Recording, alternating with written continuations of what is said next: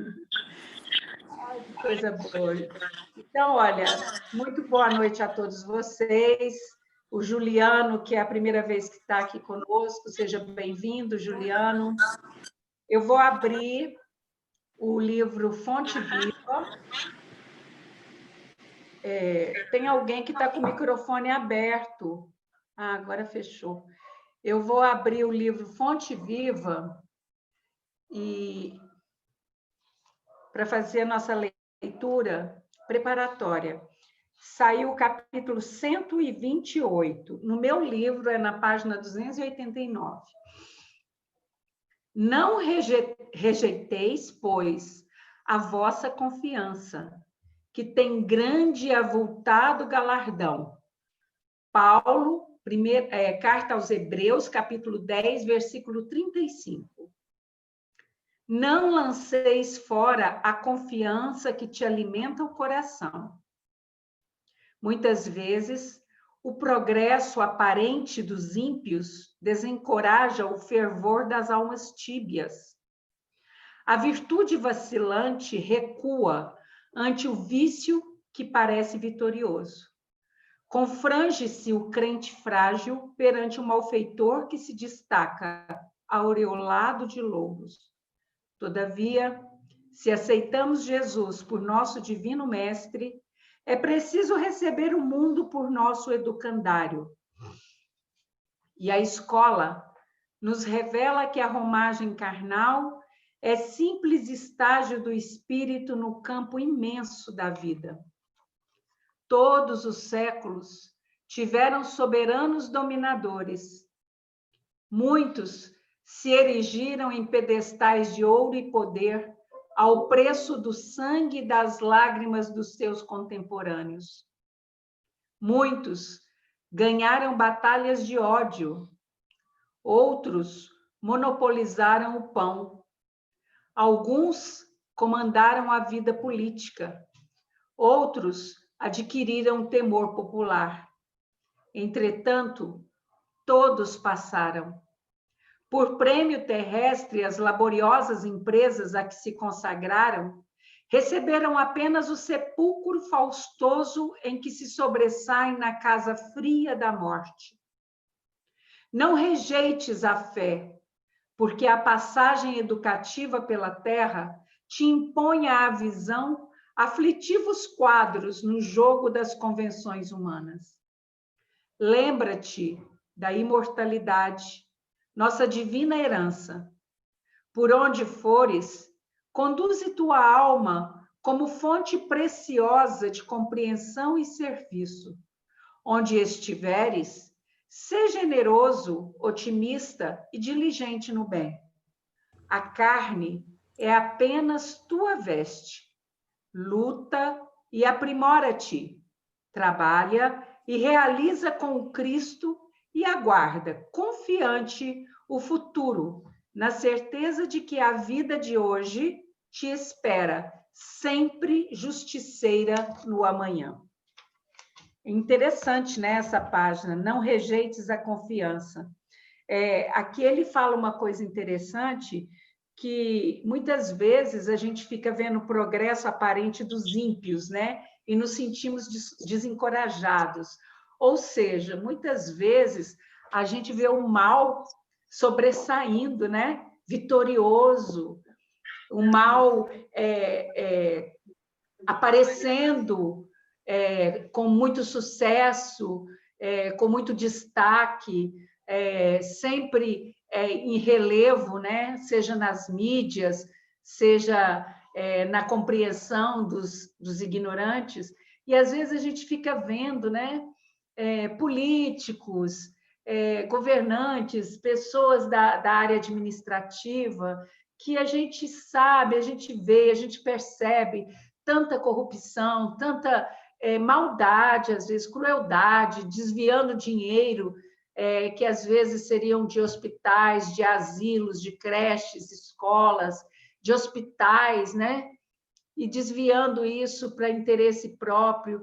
E mesmo entre nós outros, nas empresas nas quais trabalhamos, a gente vê tanta desonestidade, colegas puxando o tapete do outro, um querendo engolir o outro, né? E por aí vai, e a gente fica desanimado, fala assim, meu Deus, será que vale a pena ser bom? Quem aqui no grupo ainda não ouviu essa frase? Pessoas falando isso para a gente. Ah, mas será que vale a pena ser bom? Será que vale a pena ser honesto? Quantas pessoas não falam isso? Que adianta eu ser honesto? Os outros estão aí, todo mundo roubando, todo mundo aprontando, ninguém vai preso, ninguém paga por isso. Não importa. Não importa o que o outro faça. Importa o que eu presto contas à minha consciência. É simples essa conta. É simples. É só a gente comparar a idade evolutiva em que nós já nos encontramos, que é bem lá embaixo, bem lá no rodapé mesmo, e a idade evolutiva que eles estão. Então, eu penso que eles estão bem aquém de nós outros, né? Bem atrás. Então, a gente não tem que se preocupar, e isso é uma coisa que o Ascam me fala muito, principalmente quando eu falo na ordem mundial, né? Quando a gente está falando de ordem mundial. Ele fala assim, você não tem que se preocupar com o que o presidente dos Estados Unidos tomou de decisão ou deixou de tomar. Você não tem que se preocupar com os rumos que a China está dando para o planeta ou não. Ele fala sempre isso para mim, com tanta firmeza, ele fala, olha, eu quero te dizer uma coisa, a sua casa tem dono, você é só um inquilino. Então, eu entendo isso como sendo o seguinte, Jesus, ele está com as rédeas de tudo nas mãos, né? E eu me comparar ao outro, que o outro está fazendo trapaça e está tendo sucesso, eu não posso fazer isso. Eu sou diferente do outro, eu não sou o outro, como as mães falavam para os filhos, né? Meus filhos ficavam bravos quando eu falava isso. Você não é todo mundo. Ah, mas todo mundo vai. Mas você não é todo mundo, então você não vai, né? Mas é isso mesmo, nós não somos todo mundo, nós somos individualidades, nós estamos lutando muito, nós estamos lutando com muito esforço para manter, primeiro, nossa cabeça equilibrada diante de tantas coisas acontecendo, haja vista uma segunda onda que nós já sabíamos que viria, né? Uma segunda onda que já está aí solapando a Europa e que no nosso inverno, lá para abril, já deve estar chegando aqui no Brasil essa segunda onda também, né? Nós temos aí o Natal pela frente, que inevitavelmente vai gerar aglomerações, viagem de familiares de um lugar para o outro. Então, a gente sabe que as coisas estão muito difíceis, a gente luta muito para manter a integridade mental. A gente luta muito para não mandar o outro plantar fava, né? Todo dia. E parece que esses espíritos galhofeiros, eles têm um prazer mórbido, eles têm um prazer sadomasoquista de ficar nos cutucando, porque toda hora eles colocam uma pedrinha no nosso caminho para nos desestruturar. Aí, quando você não se desestrutura, ele perde a graça. É aquela história que eu contei do Chico Xavier indo para a prisão e ele falava assim, ó, vou lá para o meu trabalho de desobsessão, porque visitar preso, qual o obsessor que quer ir te acompanhar? Você vai fazer um trabalho de visita num hospital, você vai dar um passe, qual é o obsessor que quer te acompanhar? Não quer, né? Então, é um trabalho de desobsessão. E a gente tem lutado muito para poder manter nossa cabeça equilibrada, nossa cabeça no lugar, né? E aí é o que o Emmanuel fala aqui. Ele fala que a gente não pode se esquecer que a Terra é uma escola, né? É um simples estágio do espírito no campo imenso das experiências da vida. um simples estágio. Aí, eu conversando com uma noiva, desesperada, o Anderson deve estar passando por essas coisas também. Ai, mas eu vou ter que adiar de novo e não sei o quê, e aquele desespero, e aquela agonia, e chorando. E eu falei assim, fulana, você está bem com seu noivo? Aliás, já estão até morando junto, porque casaram no civil, aproveitando a data que estava marcada, né? E aí já foram morar juntos. Você está bem com ele? Tô, diz ela, tô. Você está feliz com ele? Tô. Então, por que você está transtornada? Por que você está chateada? Para quem que é essa festa que você está fazendo? É para você ou é para as pessoas? Ah, mas é um sonho, é um sonho. Eu falei, minha filha, dá graças a Deus que você está com seu marido, que você está num lar, que você tem alimento, você tem trabalho, você tem salário. O resto é consequência. Adiar é uma consequência natural e a gente não sabe. Então, a gente vai manter nossa cabeça no lugar, enquanto muitos, né, trabalham pelas guerras, trabalham pelo ódio, trabalham pelo desequilíbrio, como a gente vê aí nos noticiários, a rodo, nós vamos continuar. Nós somos aquele exército invisível. Lembra aquele dia que o Ascan falou para nós? Que o exército da luz, ele é silencioso, ele não faz alarde. Quem faz alarde é o exército do mal, que divulga quantos são, quem são, onde estão. Nós somos silenciosos, nós somos discretos, nós somos invisíveis. A luz trabalha na invisibilidade, mas ela trabalha sempre. Então, não esmoreçam a fé de vocês, não deixa essas vitórias aparentes das hordes malignas afetar a coragem, a fé de vocês, achando que não vale a pena, porque Jesus, o excelso governador da terra, ele foi amarrado, chicoteado, espancado, maltratado, e ele podia simplesmente pensar nos seus anjos e eles virem mobilizar tudo aquilo. E, no entanto, ele sabia que aquilo ia passar. E tudo passa. Tudo passa. Então, todos nós estamos vivendo um ou outro tipo de problema. Todos nós. E isso não é privilégio do nosso grupo, não. Isso faz parte deste momento da Terra. A ciência não divulga, mas o Sol nunca teve tantas explosões, tanta manifestação radioativa como tem tido nesses últimos meses, né? E nós recebemos toda essa energia que chega para nós diluída, mas mesmo assim se torna muito onerosa para o nosso corpo físico, né? Então não esmoreçam, vocês, nós não estamos sozinhos, de jeito nenhum. Nós estamos muito bem acompanhados, muito bem assistidos. A espiritualidade está atenta às nossas dificuldades, aos nossos problemas. E como o Hans e o Ascan sempre têm me advertido, filha, nós queremos ver vocês bem.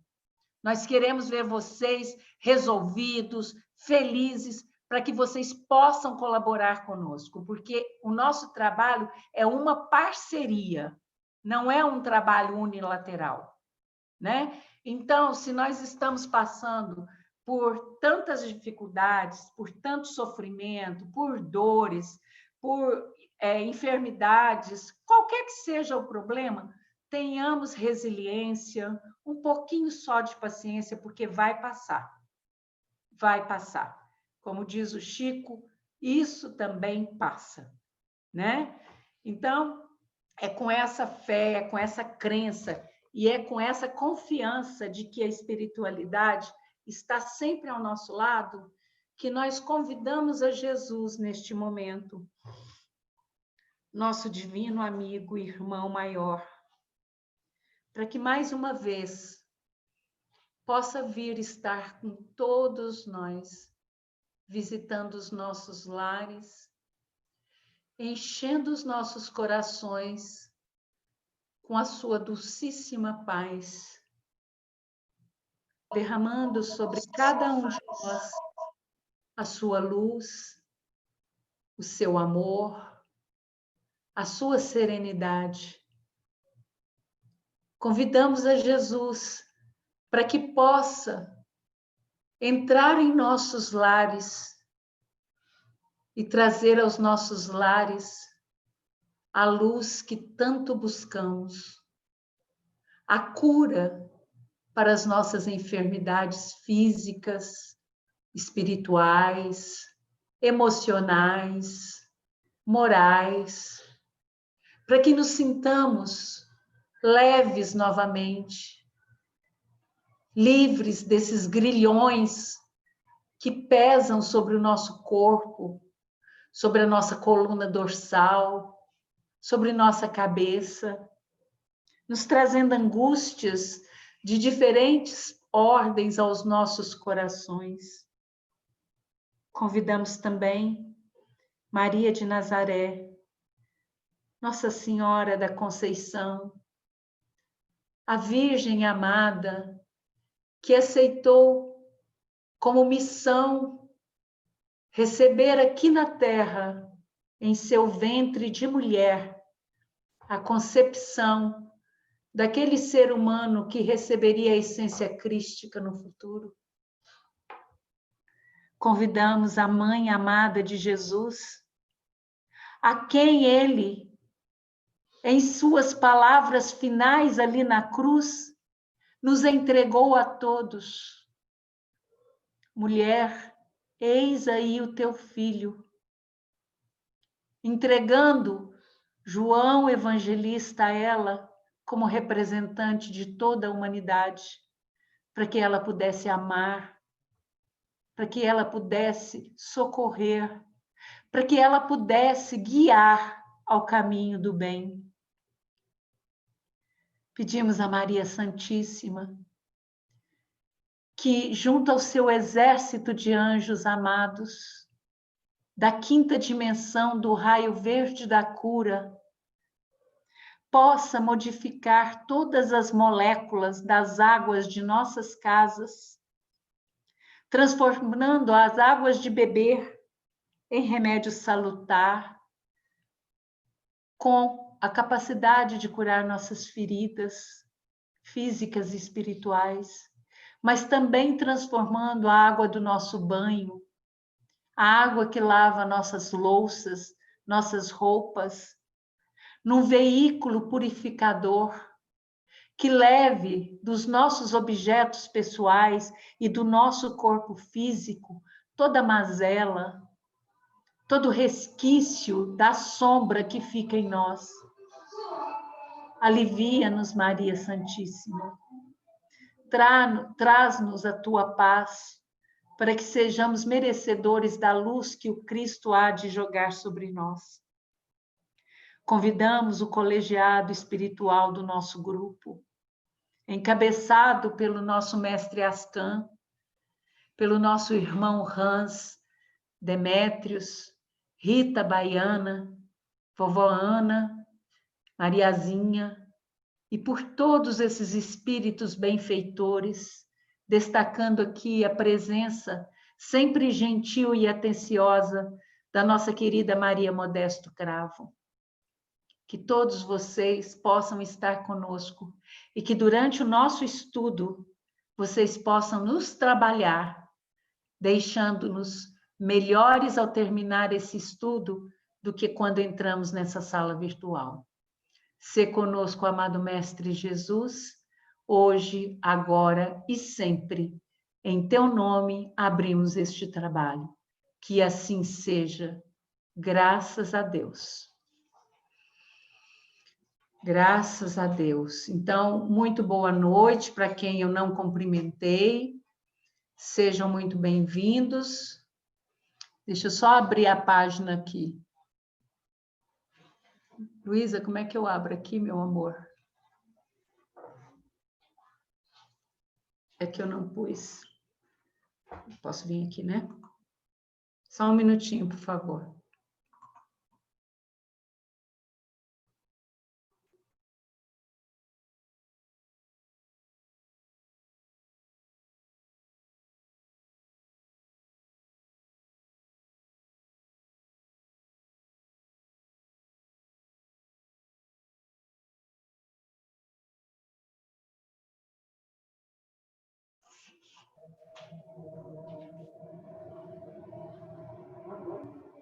Seu som estava desligado, Vânia. Ah, tá. Eu tô só um instantinho que deu errado aqui. Eu estou tentando abrir minha página. Vocês não estão vendo, não, né?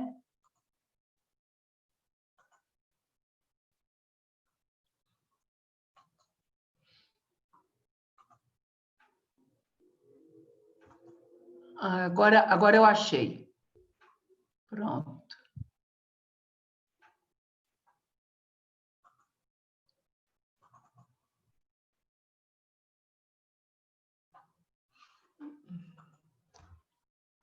Gente, que dificuldade. Espera aí, gente. Deixa eu abrir aqui.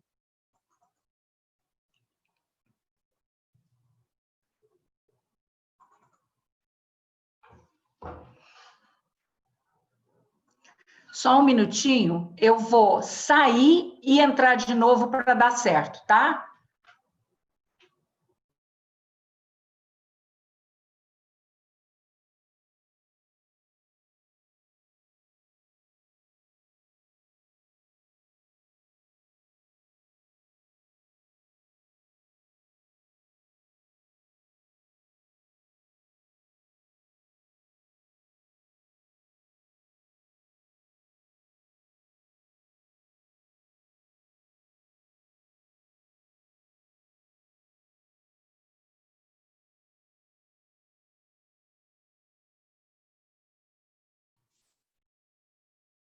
Vamos ver se agora dá. Agora deu.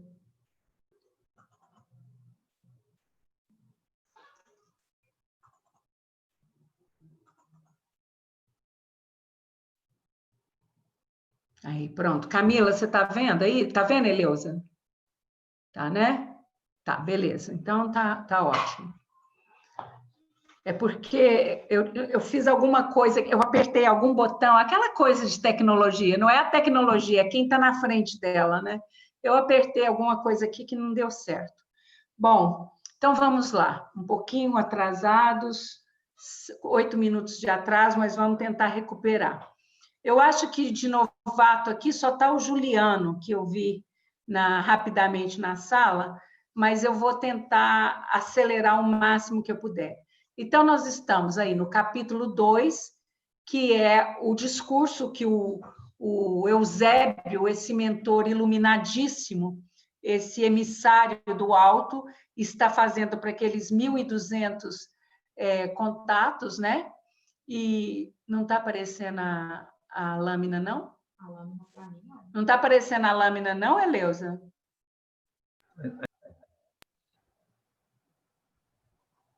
Não? Não. Não. Está aparecendo só os capítulos. É só relação de arquivos, você tem ele.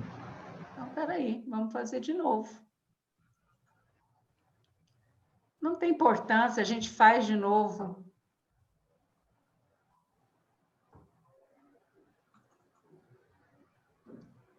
Eu falei agora mesmo que aparecem aqueles irmãozinhos que querem desestruturar, né? Não. Que querem perturbar e tudo mais, mas a gente consegue. A gente vai até tentar, né? Eu vou sair de novo, vou abrir o arquivo e vou entrar. Vânia, eu ia falar isso, deixa o arquivo já aberto. É isso que eu vou fazer, é isso que eu vou entendeu? fazer. Eu vou deixar ele aberto para não ter problema. Uhum. Deixa eu tentar.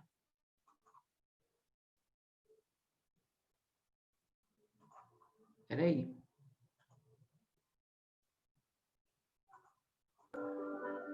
microfone. Não ficar sem. Para não perder o vídeo. Vamos ver se vai dar certo.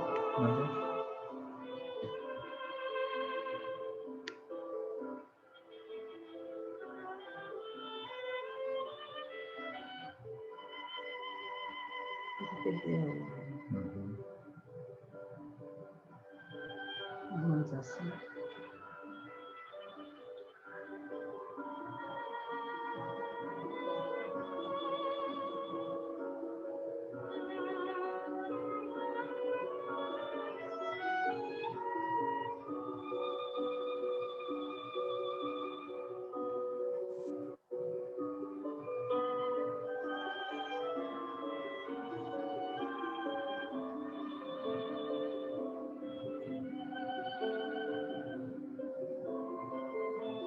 Agora deu.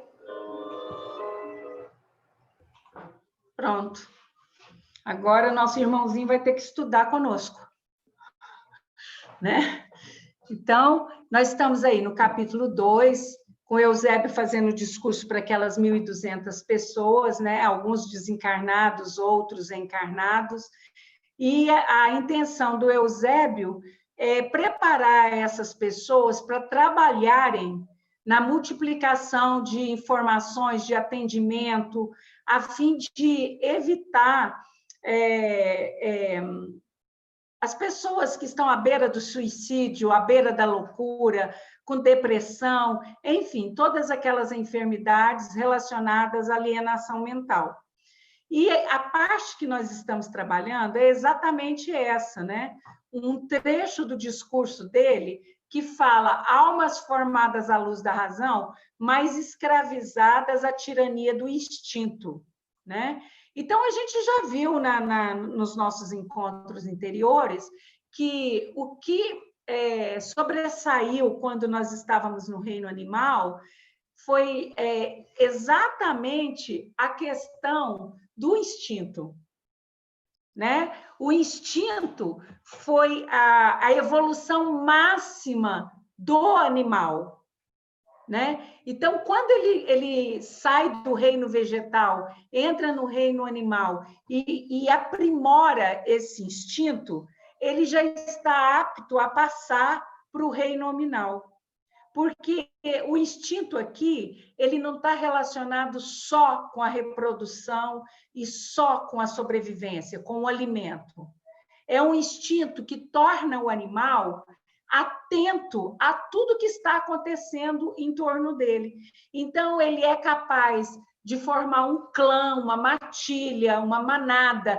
Ele é capaz, pela força bruta, que é o que sobressai entre eles, de estabelecer-se como macho alfa ou como fêmea alfa, né? Ele é capaz de, através dessa liderança provisória, garantir a continuidade da sua genética, e isso é um processo normal e natural, até muito divulgado por Darwin, que é a seleção dos melhores, né?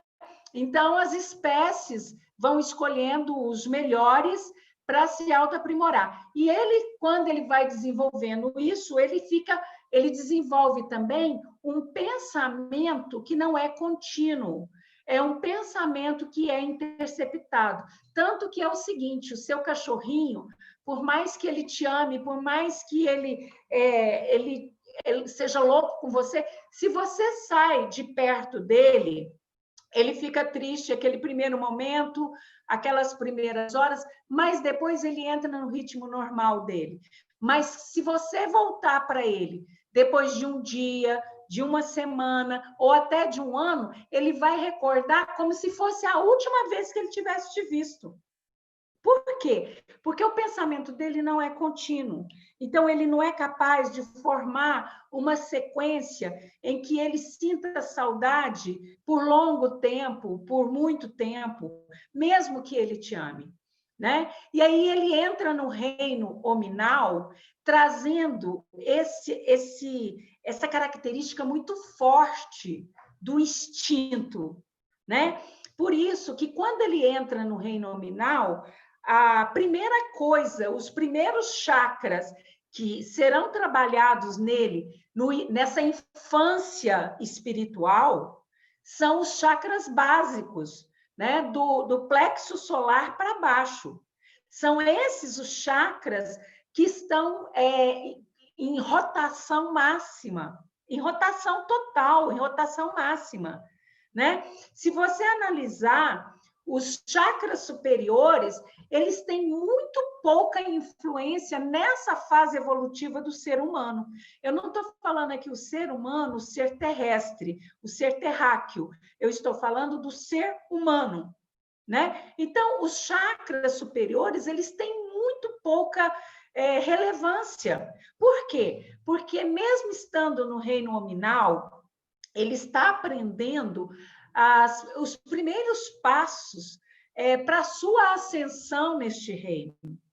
Então, ele vai descobrir ferramentas, né?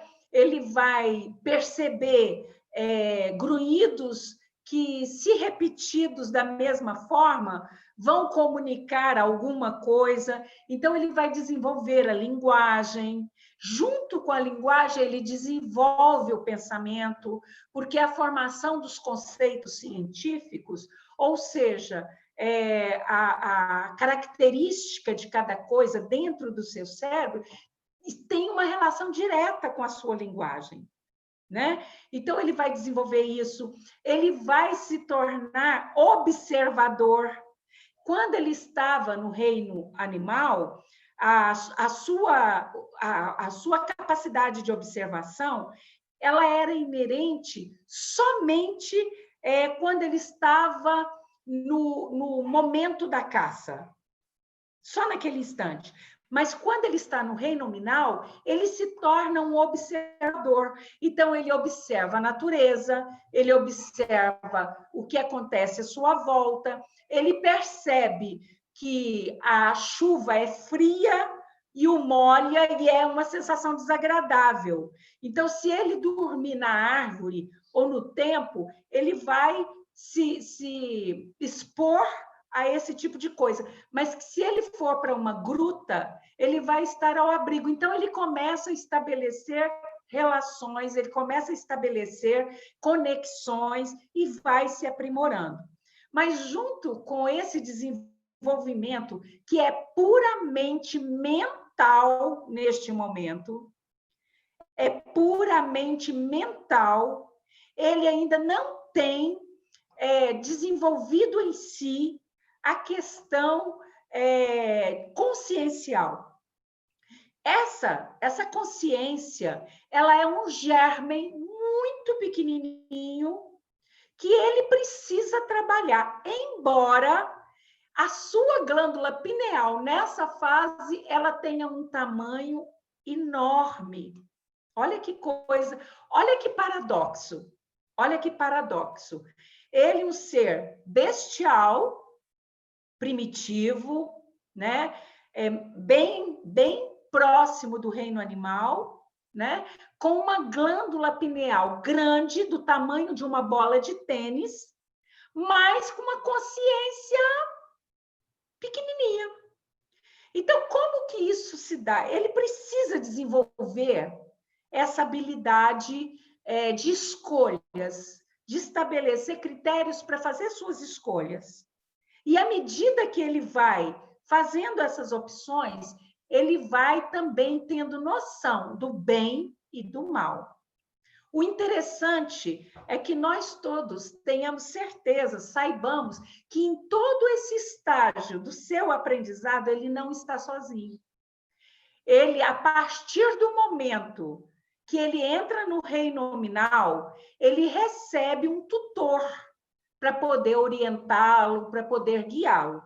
Aquilo que vocês chamam de anjo da guarda, ou anjo guardião, que é uma denominação muito católica, muito da Igreja Romana, né? Mas vamos ter em mente um tutor espiritual, né? Então, esse tutor vai influenciá-lo a tomar decisões corretas. Aí cabe a ele aceitar ou não essas sugestões. E à medida que ele aceita as sugestões deste tutor, que ele ainda não tem obsessor, entendam, ele não tem obsessor, mas ele tem um tutor. À medida que ele aceita as orientações deste tutor para o caminho da luz, ou seja, que ele faça uma escolha acertada, ele ganha um ponto. Ele acrescenta algo à sua consciência. O cérebro abre uma gavetinha e armazena ali um conceito de coisa boa, de algo correto, né? Então, ele vai fazendo esse armazenamento consciencial, mas ele faz também escolhas inadequadas. E aí, o que acontece?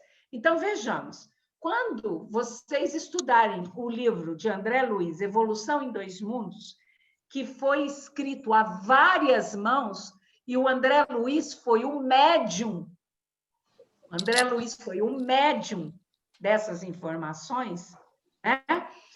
Vocês vão se deparar com um capítulo que mostra o que acontece com Silvícola, com esse homem pré-histórico das cavernas, quando ele desencarna. Então, esse espírito, ao desencarnar, esse homem, ao desencarnar, o que acontece com ele? O que ele conhece? Ele conhece a sua clã, o seu grupo, né? Ele conhece a sua ferramenta de pedra lascada ou a sua outro instrumento que ele usa eventualmente, né? Para poder matar o animal, o mamute, enfim. Ele conhece as relações tribais de força, de poder pela força e tudo mais. Então, o que acontece com ele ao desencarnar? Ele continua no grupo. Ele não se afasta, mesmo sendo convidado. E aí você fala assim, mas por ele ser um espírito primitivo, os espíritos superiores não poderiam levá-lo... os espíritos superiores não poderiam levá-lo à revelia da sua vontade, para que ele fosse para instâncias superiores, recebesse orientações, informações a respeito do que estava acontecendo e depois reencarnar melhor, mais evoluído, etc. e tal? Não. Em nenhum momento, nenhum ser extracorpóreo, ao qual vocês chamam de espírito, tem o poder de forçar uma situação. Em nenhum momento da sua evolução isso vai acontecer. Você recebe o convite, você recebe a orientação, você recebe o socorro. Você não quer, você não aceita, eles te deixam ali, mesmo que você seja assistido, mas eles te deixam, até o momento em que você, pelo seu livre-arbítrio, aceite essa condição. Então, esse pré-histórico desencarnado, ele vai continuar vivendo a sua vida de praxe. Ele vai continuar saindo com os seus companheiros para caça, ele vai continuar tentando copular com a sua fêmea, ele vai continuar tentando, né, estabelecer os seus contatos ali no seu clã. E aí é aquilo que vocês chamam comumente de uma obsessão. Ele torna-se involuntariamente, aliás, a maioria, 90% dos espíritos, são obsessores involuntários. Se você perguntar para ele, você quer ser um obsessor? É claro que ele não teria esse desejo, ainda que ele tivesse errado muito, a não ser os espíritos cruéis, aqueles que são já parceiros do mal, da crueldade, aí sim. Mas se você perguntar a um espírito que não tem a menor noção né? De espiritualidade, que cometeu pequenos delitos. Ah, você se sente bem sendo obsessor? Ele não vai saber te responder, porque ele não fez essa opção. Ele simplesmente está num lugar que está de acordo com a sua frequência, com as vibrações que ele emite, porque isso é da lei natural. Você permanece onde lhe é adequado, ou seja, tente você entrar na piscina da sua casa, no rio da sua cidade ou no mar, e tente ficar lá por 10 minutos num ambiente que não é seu. Como que você vai se sentir? O que vai acontecer com você? Né? Então, é a mesma coisa. As pessoas, elas são direcionadas, alocadas para um lugar que está de acordo com a vibração, com a frequência que elas estão emitindo. Então, elas se agrupam em determinadas faixas dessa onda vibratória, dessa imensa onda vibratória, né?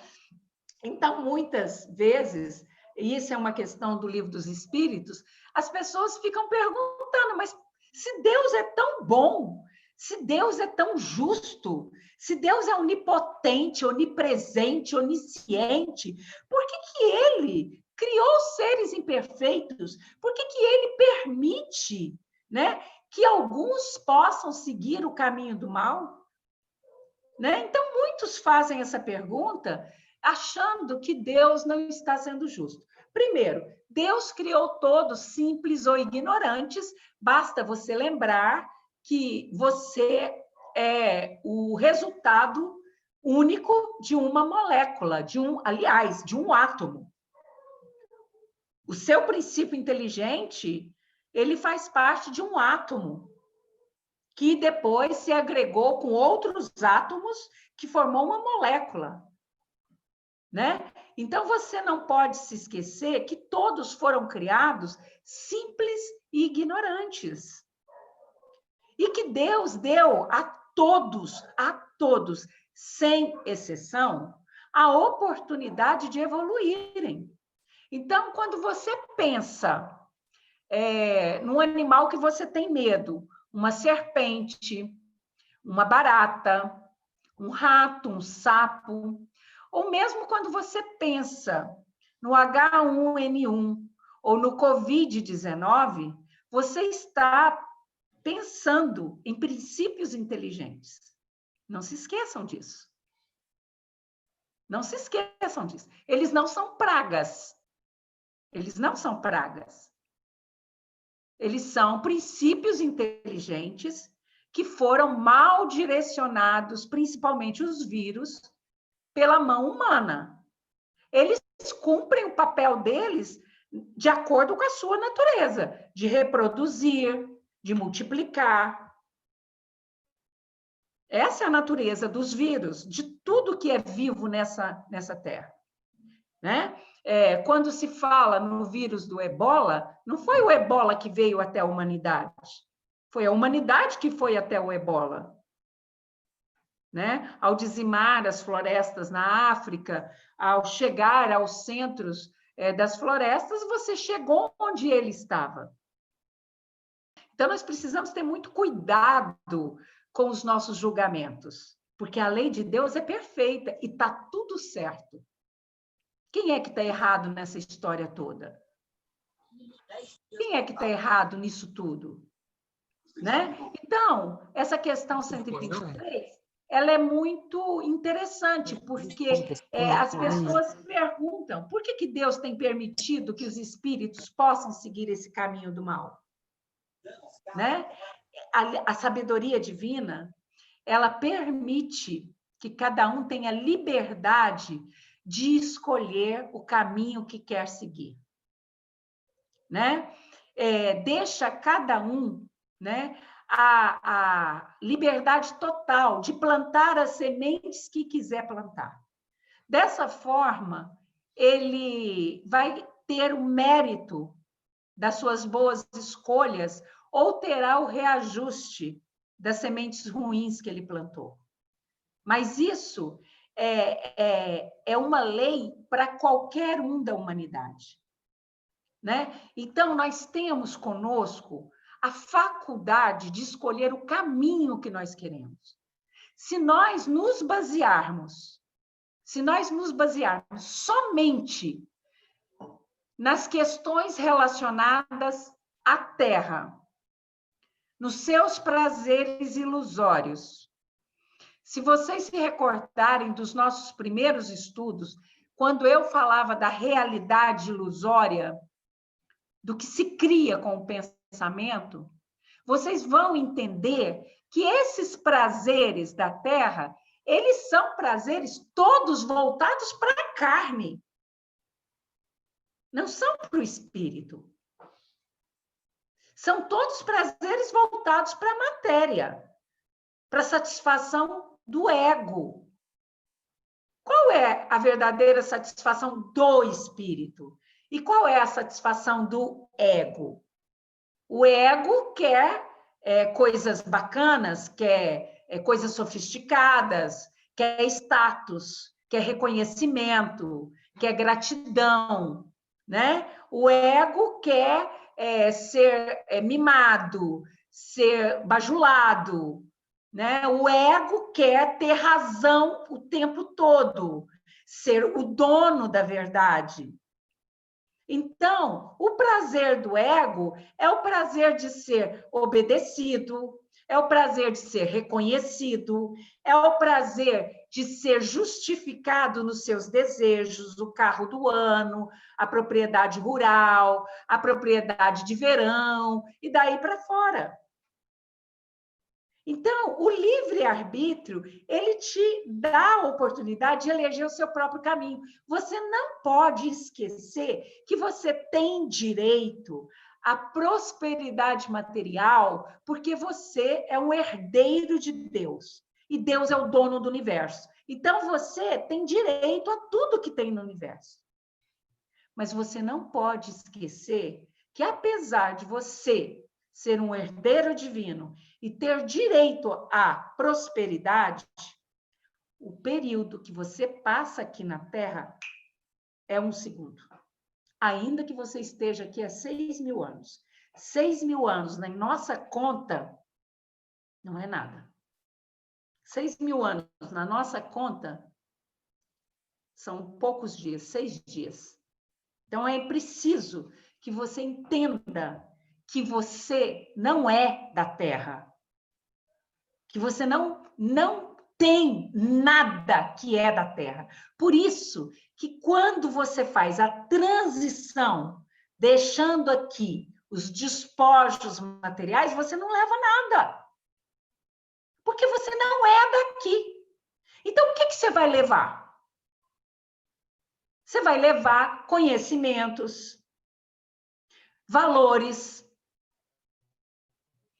amizades, porque são relações eternas, sentimentos.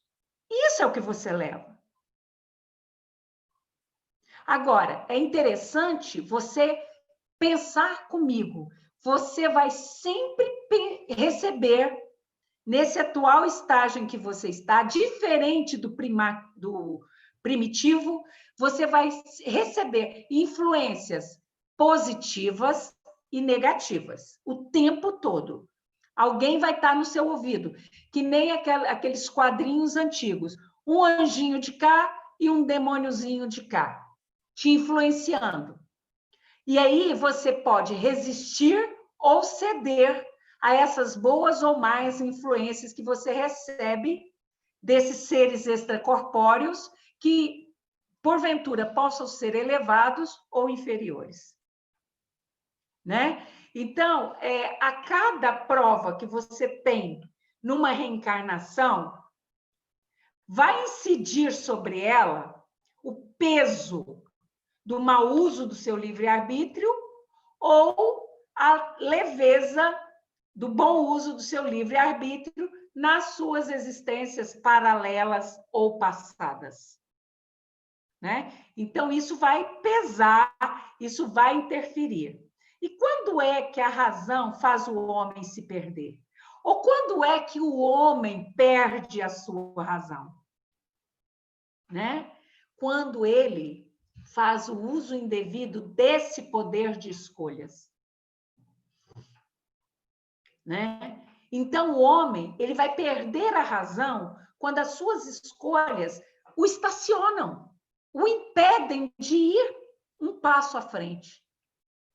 Então, ele fica ali andando em círculos, ele fica ali girando em círculos, ele não sai do lugar. Ele vem uma reencarnação, vem no corpo masculino, ele veio para poder, mais uma vez, tentar se reajustar, tendo pensamentos mais gentis, sendo menos machista, sendo menos agressivo, sendo menos imposição das suas ideias. Então, ele vai vir para esse fim. Chega aqui, ele recebe um novo corpo masculino, repete os mesmos erros do passado. Olha o que eu falei. Repete os mesmos erros do passado. Mas ele não vai aumentar esses erros do passado. É diferente. Ele vai ficar andando em círculos. E isso pode se prolongar indefinidamente. Indefinidamente. Porque, infelizmente, o que a gente percebe é que a maioria das pessoas não querem acordar. Desse sono, é como se você usasse uma droga. À medida que você sai da terceira infância e entra na adolescência, você começa a usar uma droga que se chama egolatria. Você começa a usar a egolatria. E vai usando, e vai ficando viciado, e vai ficando viciado, e vai ficando viciado. Chega um ponto que você está tão viciado na egolatria que você não consegue se desfazer desse ego. Então, você fica repetindo experiências, indefinidamente. Né? Por quê? Porque você não quer dar um passo à frente. Lembra quando nós falamos de dar um passo à frente? Você não quer dar. Para você dar esse passo à frente, você tem que abrir mão um pouquinho do seu ego. Você tem que abrir mão um pouquinho do seu ego.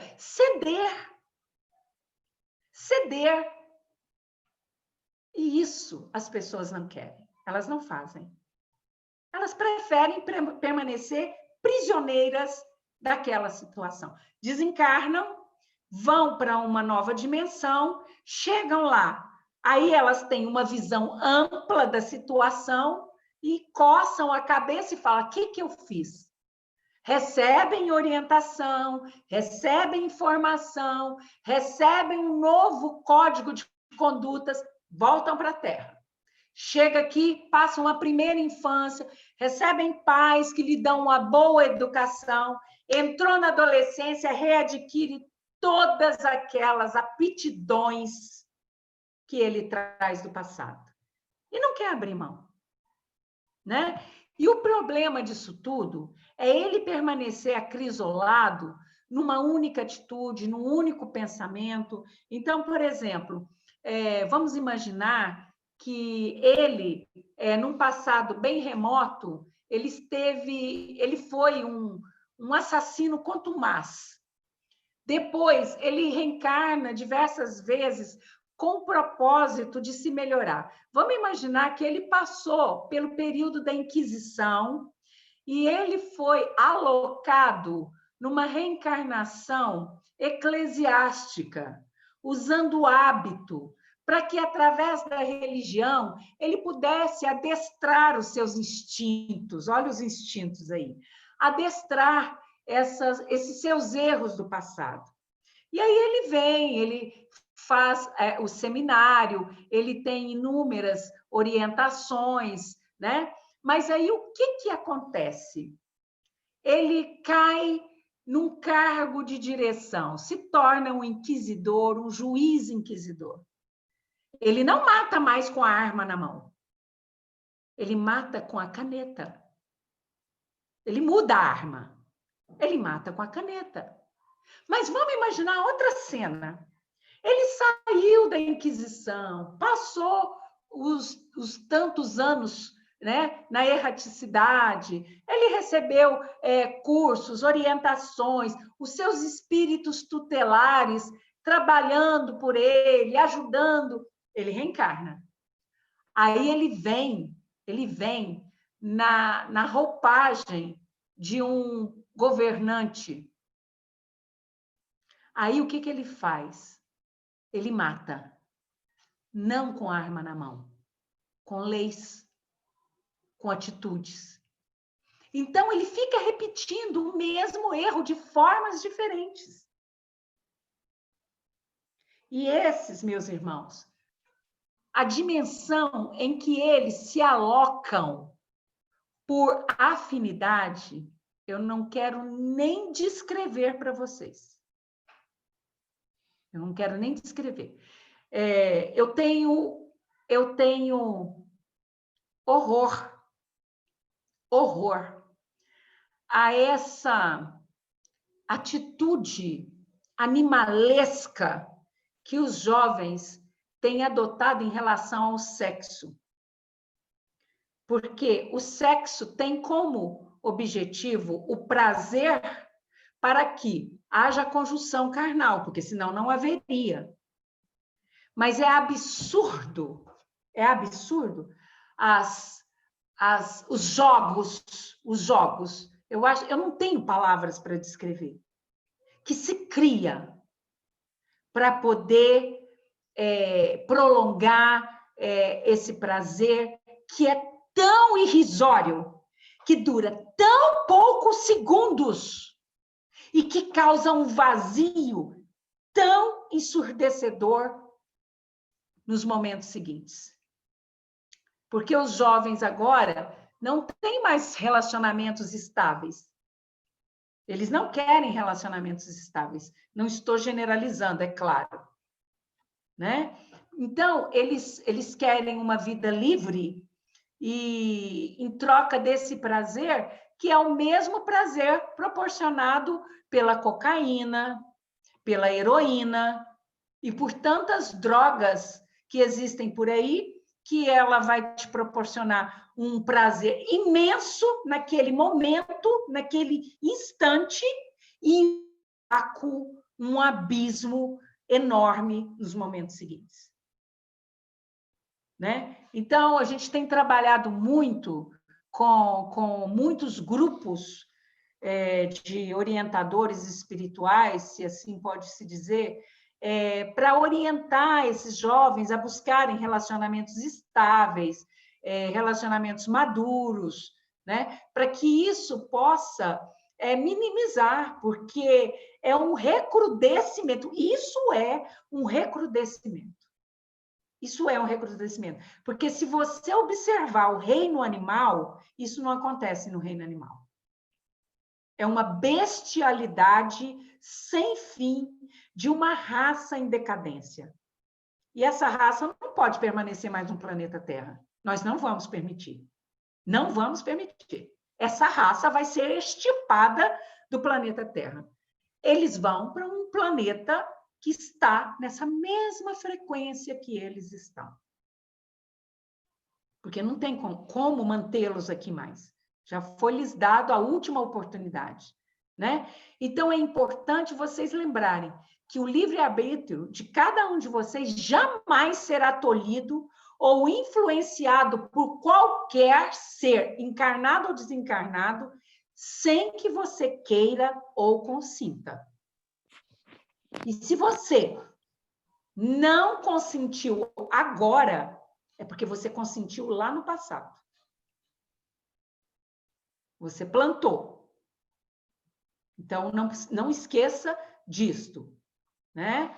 As suas decisões, se elas são desviadas do que é certo, né? Essa situação, ela está sendo permitida por você, consciente ou inconscientemente. É você que está decidindo. Todas as situações de interferência no campo das decisões, né? Elas vão emergir de você e vão se transformar em obsessões ou influenciações, às quais todo ser humano está sujeito. Então, veja aqui, Você tem uma cena de alguém, de um suicida, e ele está sendo influenciado por um espírito. Aí você diz o seguinte: a culpa não é dele que causou o suicídio. A culpa é do espírito que o influenciou. Mas vamos fazer uma breve análise da ficha kármica dessa pessoa, né? Vamos buscar nos seus registros akáshicos o momento em que esse espírito se tornou um obsessor deste homem. Quando foi que isso aconteceu? Em que momento? Foi ao acaso? Foi porque esse espírito achou que ele é bonitinho, é simpático, então vou seguir ele daqui para frente? Foi porque um determinado dragão falou assim, ó, você vai obsediar aquele. Isso acontece, mas só acontece com espíritos que estão afinizados. Então, se você olhar a ficha kármica dessa pessoa, lá no passado, houve alguma coisa entre eles dois que eles se algemaram um ao outro. Eles se tornaram unidos. E aí você fala assim, ele suicidou-se por influência do espírito B, correto? Qual é a responsabilidade? Os dois são responsáveis. Um é suicida, o outro é homicida. Mesmo estando desencarnado, será julgado da mesma forma. Mas ele é um obsessor que não tem inconsciência, um obsessor louco, dominado pelos dragões. Então, peraí, vamos fazer a análise desse obsessor e dos dragões. Quando foi que isso aconteceu? Ele é responsável. Então, entendam. Você não pode terceirizar culpas. Você não tem como... Olha, na lei divina, você não tem como terceirizar suas responsabilidades. Não tem. O homem vai ser sempre responsável pelos seus atos. Sempre. Se um espírito te influenciou a se tornar alcoólatra, se você tem um obsessor que te influenciou a destruir seu relacionamento conjugal, se você tem um obsessor que te influenciou a usar drogas, não se iluda. A responsabilidade é sua. É sua. Você tem o poder de decidir não ceder. Não aceitar aquela influência. Então, o obsessor vai chegar para você e vai falar, beba. Só um copo.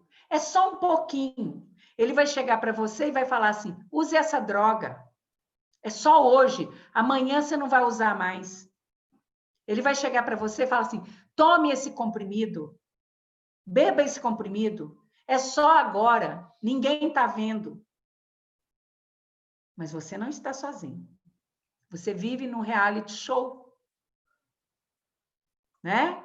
Então, veja bem, como que essas intuições interferem no seu livre-arbítrio? Né? Você recebe influenciação o tempo todo. A questão 459 do Livro dos Espíritos, que pergunta se são os espíritos, né, se nós recebemos influência dos espíritos, a resposta é curta. De ordinário, são eles que vos dirigem. Por quê? Porque nós deixamos. E é tão interessante isso, que quando você não está permitindo que espíritos exteriores te dirijam, você está permitindo que personalidades anímicas conduzam sua vida. Olha que interessante. Né? Então, você vai receber essas intuições o tempo todo. Eles estão o tempo todo te influenciando. Você passa na rua, tropeça numa pedra. Você tem a opção de xingar, de chutar a pedra, de pegar ela e esmigalhar. Você tem a opção de se levantar e dizer para si mesmo: não fui muito atencioso, vou prestar mais atenção daqui para frente. Você tem a opção é sua. Então, você tem o primeiro pensamento: eu não fui atencioso. Você tem o segundo pensamento: pega essa pedra e pisa nela. O primeiro pensamento será sempre o seu. O primeiro, ainda que ele não seja bom. Os pensamentos subsequentes são todos influenciações a respeito do mesmo assunto. Então, veja bem, você recebe uma intuição de um espírito superior. Uma intuição para tomar uma decisão acertada, ainda que você julgue que não seja melhor. Você pode acolher essa intuição, aceitá-la, e aí você vai estar exercitando positivamente o seu poder de decisão, porque você quis ouvir esse conselho, você quis ouvir, e você aceitou esse conselho. A decisão foi sua, então o mérito é seu. Não é do espírito que te deu a intuição, o mérito é seu, porque você aceitou. Às vezes você vai receber até orientações positivas. Faça isso dessa forma, transmitidas de forma enérgica pelo plano superior. Mas ainda nessas situações, a decisão vai ser sua. Por exemplo, eu vou te dar um exemplo. Você está dirigindo e aí você recebe uma ordem imperiosa: vire à direita, sendo que você tinha que seguir reto. A opção de virar à direita ou de seguir reto vai ser sua.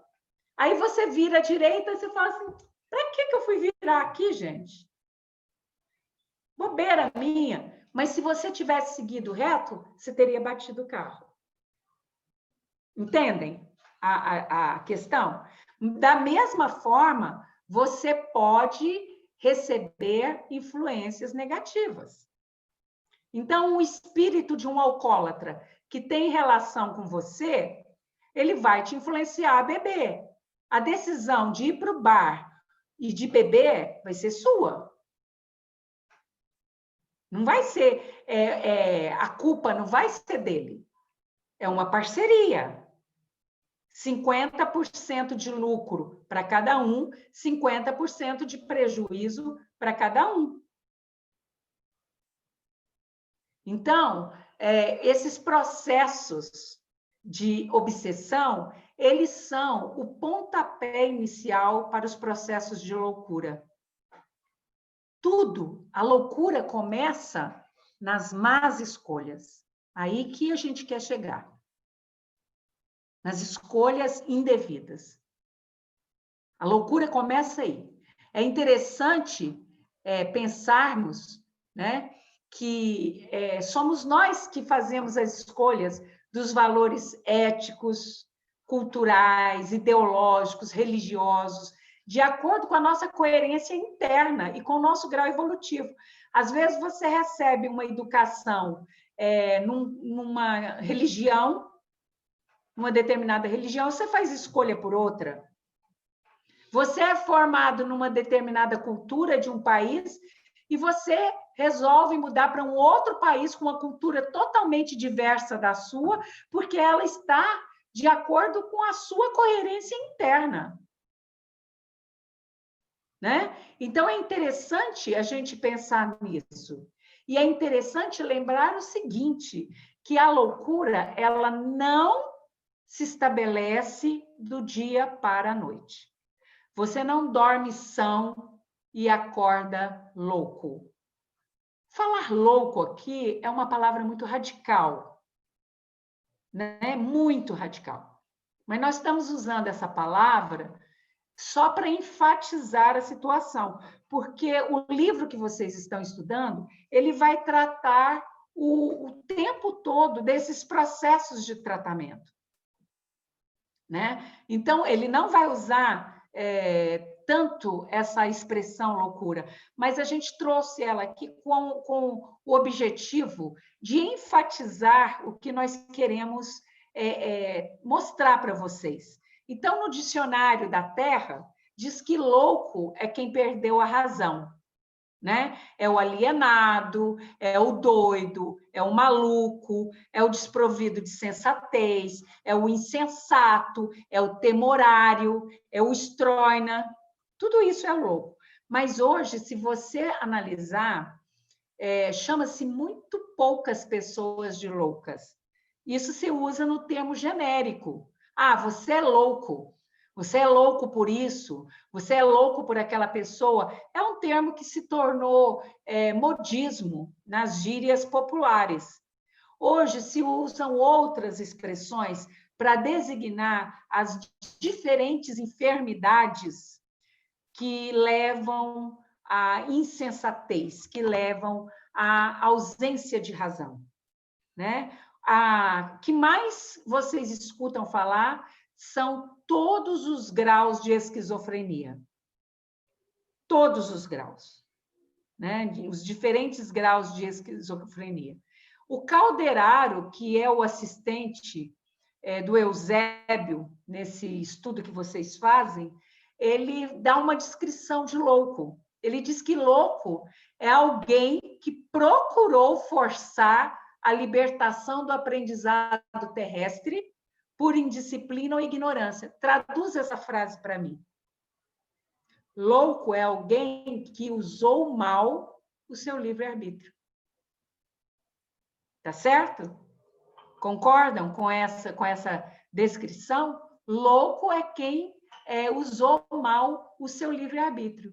Então, nós sabemos que a demência, a esquizofrenia, a loucura, ela nada mais é do que o obscurecimento da consciência, o acrisolamento da consciência.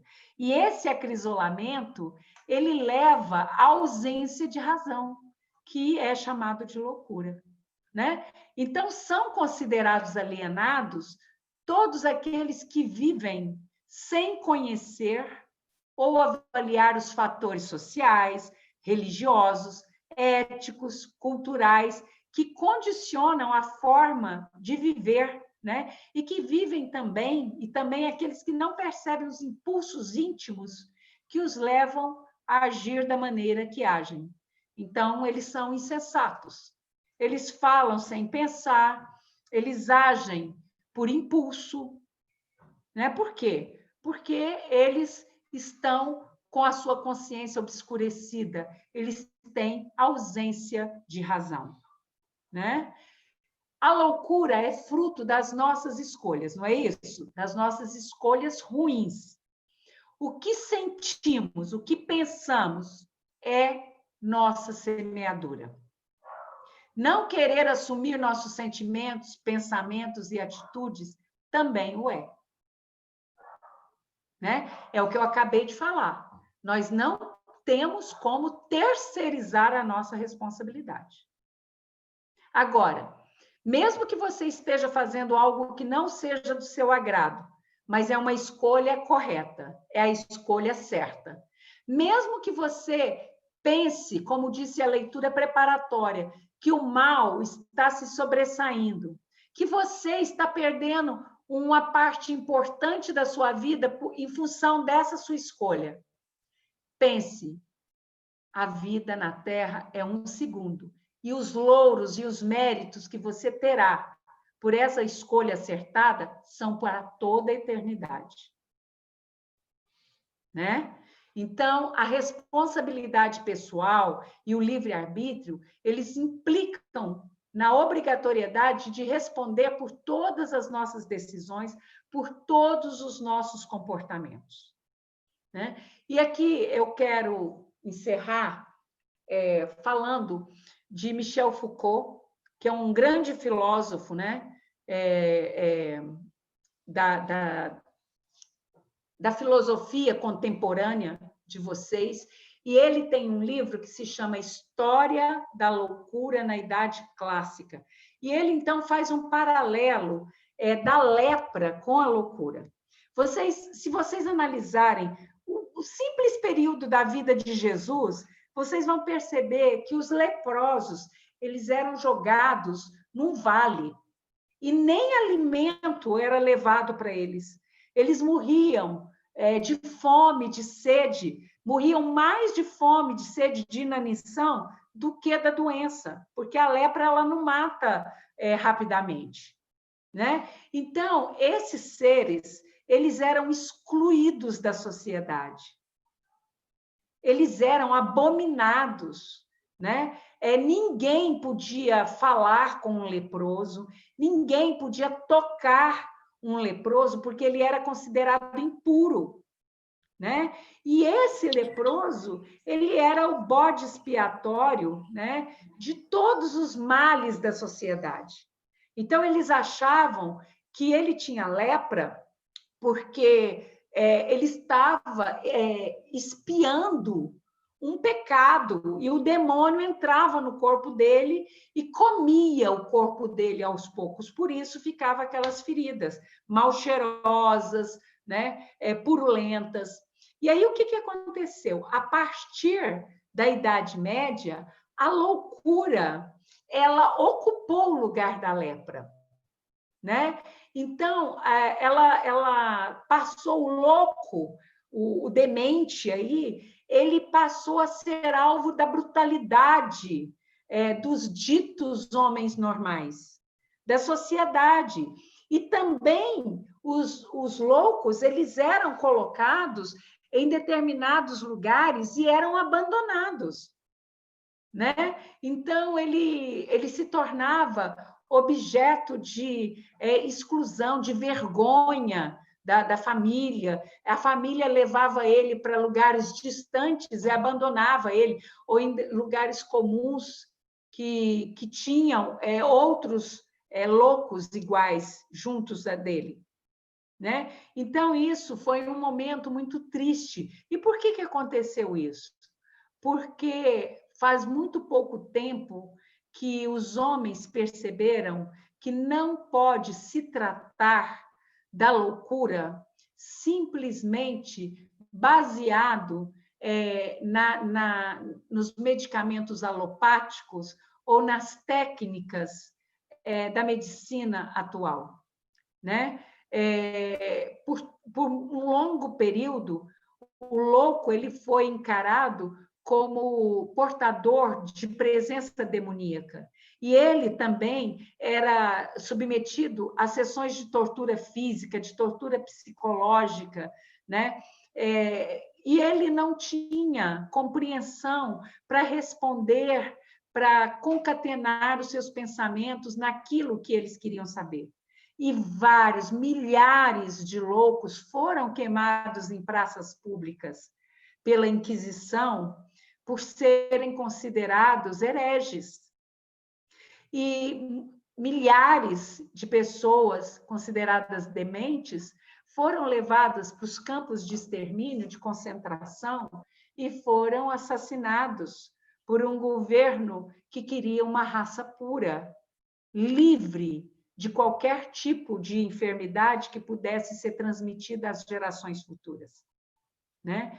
Tudo isso por desconhecimento desse processo doloroso, que é uma enfermidade física e espiritual ao mesmo tempo, né? Porque, geralmente, as doenças são o reflexo da doença espiritual, né? O corpo vai refletir o que está na mente. No caso da loucura, é uma enfermidade que se manifesta nos dois campos concomitantemente.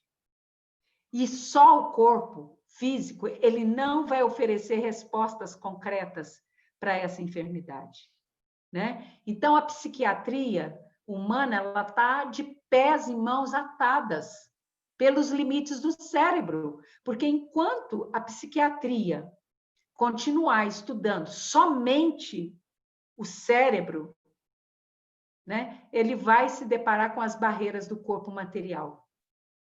E nós sabemos que o corpo material, ele não é a origem desta doença. Não é. É algo que está além dele. E o espiritismo, ele, como ciência, como filosofia e até mesmo como religião, ele trouxe uma contribuição maravilhosa para o entendimento dessa questão, né? Então, nós sabemos que é o espírito que adoece e é o espírito que se perde. O corpo é somente o vaso, né? Quando Kardec apresentou algo além do corpo, que se chama espírito, esse ser imortal, esse ser que viveu e que vai viver muitas existências através das reencarnações, esse ser que possui um histórico de vida milenar, que não se restringe somente a essa vida presente, ele tem um registro kármico gigantesco, ele tem um registro acástico enorme. Então, quando ele trouxe todo esse conhecimento, nós podemos entender e explicar a gênese de muitos problemas da vida cotidiana, principalmente e inclusive a loucura. Então, nós vamos encerrar nossa preleção neste momento. Nós vamos falar de outras formas de loucura, baseado nos próximos encontros em André Luiz. Nós vamos trabalhar um pouco com André Luiz. Não vamos aprofundar muito, porque os próximos capítulos eles vão tratar exatamente dessa questão da loucura. O que nós estamos fazendo aqui é trazendo para vocês um insight que justifique essa frase inicial, né? Essa frase deste capítulo que fala almas milenares, mas perdidas aí nos escaninhos dos instintos, né? Então, eu tenho aqui uma colocação do nosso irmão Anderson, que ele diz que se não chegará o momento em que este espírito não será, entre aspas, obrigado a progredir, tipo uma reencarnação compulsória. Sim, a reencarnação compulsória, ela é um recurso da providência divina para que esse espírito tenha novas oportunidades de fazer novas escolhas, porque nenhum espírito está desprovido de assistência. Então, o tutor deste ou daquele espírito, ele pode solicitar aos seus superiores a intervenção junto àquele escravo, porque ele se torna um escravo muitas vezes, né? Na maioria das vezes, e esse tutor, o seu tutor, que está ali presente dele, olha, para vocês terem uma noção, ainda quando ele está na zona umbralina, o seu tutor está lhe dando assistência. Diariamente, ele o visita, ele o atende, ele o convida a arrepender-se, a regenerar-se. Basta lembrar, gente, um espírito inveterado no mal, um espírito que era um dos maiorais entre os dragões, que é o Papa Gregório. Basta dizer que ele foi tocado na fibra íntima do seu coração pela Mirtes, pela sua mãe, né? Então, chega o momento em que o espírito é tocado. Agora, pode ser que ele necessite dessa reencarnação compulsória. Essa reencarnação é um recurso que o seu espírito tutor vai lançar a mão para ele ter novas oportunidades de fazer novas escolhas e de avançar um pouquinho. E aí a próxima reencarnação dele já não será compulsória, já será uma reencarnação em que ele poderá trabalhar em parceria nas suas escolhas, né? Mas isso vai depender muito de como ele vai se comportar ao longo dessa reencarnação compulsória, né? E também o Leonardo nos pergunta: como sei que eu estou com um espírito obsessor? Seria um acordo de ações de ambas as partes que o faz ficar sempre perto de você? Sim. É um acordo, sim. E muitas vezes, irmão Leonardo, é um acordo consciente. O espírito, quando ele está no seu despertar, quando ele está maduro, né? Ele sabe exatamente quando ele está fazendo uma escolha inadequada. E para cada escolha inadequada, ou para cada escolha correta, ele vai agregar inteligências afinizadas com aquela escolha. Entendem? Então, por exemplo, nós trabalhamos há pouco o exemplo das drogas, né? Ele é um viciado e ele está em processo de tratamento. A síndrome de abstinência é muito forte. Precisa de um acompanhamento médico, psicológico, terapêutico, espiritual, enfim, ele precisa de todo um arcabouço para poder resistir à tentação de ceder ao vício. Pois bem, ele está caminhando, né, progredindo, com muito sacrifício, com muita luta para resistir ao vício. Chega um momento em que ele fala assim, eu estou bem, eu estou limpo há algum tempo, eu estou bem, eu estou dominando os meus desejos. Mas só um pouquinho hoje. Eu estou lúcido, eu estou bem, eu não vou cair de novo naquela viciação. Ele está fazendo um acordo. Ele está abrindo a porta para que vários espíritos que gostem daquele tipo específico de drogas entrem. Então, isso é um acordo consciente. Consciente. Não precisa você ser espírita para entender que há essa parceria. Porque todo ser humano, de qualquer religião, ou até ateu, ele traz em si o cerne da mônada divina, ou seja, da consciência, de saber o que é certo e o que é errado.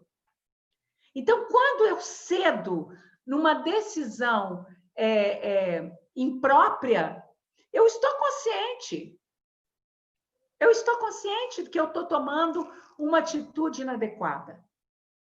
Né? Então, é sim um acordo que eu estou fazendo. E como que eu vou saber se o obsessor está comigo, está me acompanhando?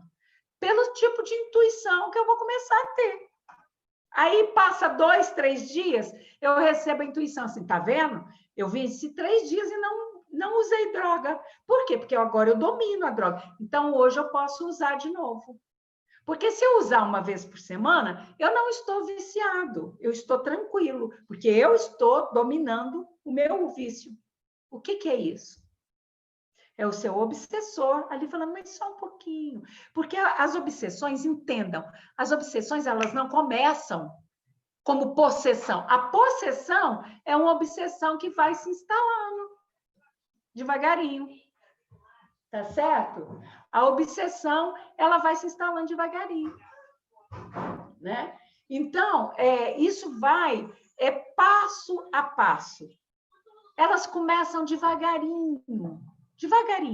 É um palpitezinho. Então, orai e vigiai. Orai e vigiai. Essa é a dica. Orai e vigiai. Ficai atentos ao que vocês estão pensando. Hoje, vocês estão numa fase que vocês não matam mais, não roubam mais, não caluniam mais, não fazem mais aqueles crimes do passado, mas vocês julgam. O tempo todo vocês estão julgando, criticando, caluniando.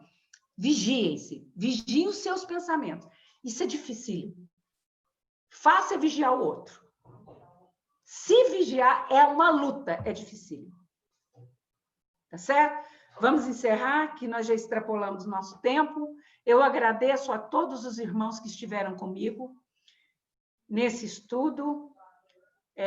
Eu estou muito comprometido em trazer todos esses conhecimentos a vocês, em esclarecê-los e em se eu puder contribuir com cada um de vocês para o progresso interior, para o seu despertar, para a sua melhoria pessoal, a minha missão terá sido cumprida. Eu me sinto muito honrado em ter essa companhia de vocês, né, conosco.